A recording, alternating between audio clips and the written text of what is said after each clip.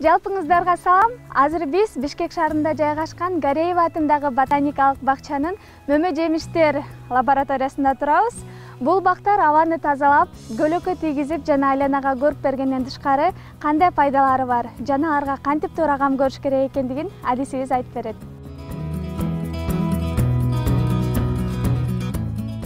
Мөмө жемиш бактар лабораториясы негизги максат жумуштары эң биринчи негизгиси көчөттөрдү өстүрүп, анан көчөттөрдөн жаңы сорт чыгарып, анан мурунку чыгарылган жаңы сортторду сактап калуу максатында иштейбиз.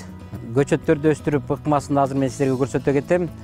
Биринчи эле алма бактай болуш үчүн биринчи көчөттөн башталат, питомник деп коебуз.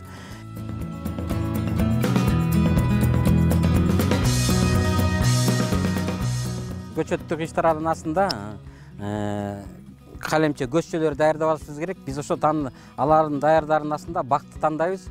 Могу орто бойлуу өсө турган бак алма. Ошо алманын толук кандуу мөмө берип аткан бак. Ушунун кесип алардын астында жана бир жылдык муундун кесип алабыз. Муну кесип алгандан кийин бул жалбырактарын тазалап даярдап алабыз. Куйрукчасы, могу куйрукчасын калтырып кесебиз да, жалбырактын өзүн кесип таштайбыз. Эң баш жагын 10 сантиметрге чейин негизи кесип салыш керек да. Тияк жагы жарабай турган бутак болуп эсептейт. Мына бул жарай турган биздин бутагыбыз. Муну алып барып азыр кыйштыра турган жерин көрсөтүп берем.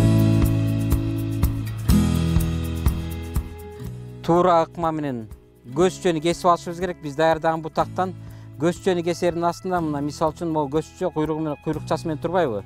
Муну аккуратно мындай акырындык менен кесип алабыз да. Мындай кылып кесип алгандан кийин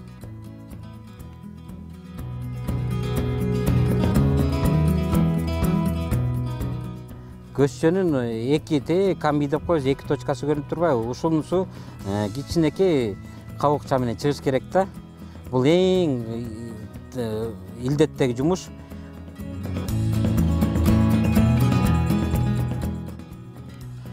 Мынакей кичинекей чөнтөкчөсү менен анан бул чөнтөкчөсүнө кесип алган көзчөбүздү салабыз. Көрдүңүзбү? Салганда кесилген үстү менен асты бирдеге отуруп, бири-бирине келиш керек да. Бизде ушул даана келишип отурду азыр. Анан муну атайын мондай пленка бар. Пленка менен байлап коебуз.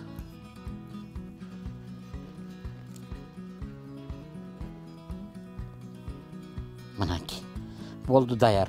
Мына ушул ыкма питомник көчөттөрдү көбөйтүү ыкмасы ушундай болуп эсептелет. Бул көчөт эмки жылы күздө даяр болот да. Могу кыйштырган көзчөбүздү биз эмки жылы жазында көзчөнү кесип таштайбыз да, ошо кыйштырган көзчөбүздөн биз кыйштырган өзүбүз каалаган бак өсүп чыгат да.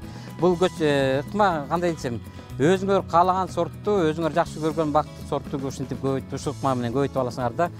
Мөмөсү жакшы, таттуу, кандай сорттор тандайсыңар ошол санттарды ыкма көз калемче менен анан көзчө менен көбөйтүп алуу ыкмасы да.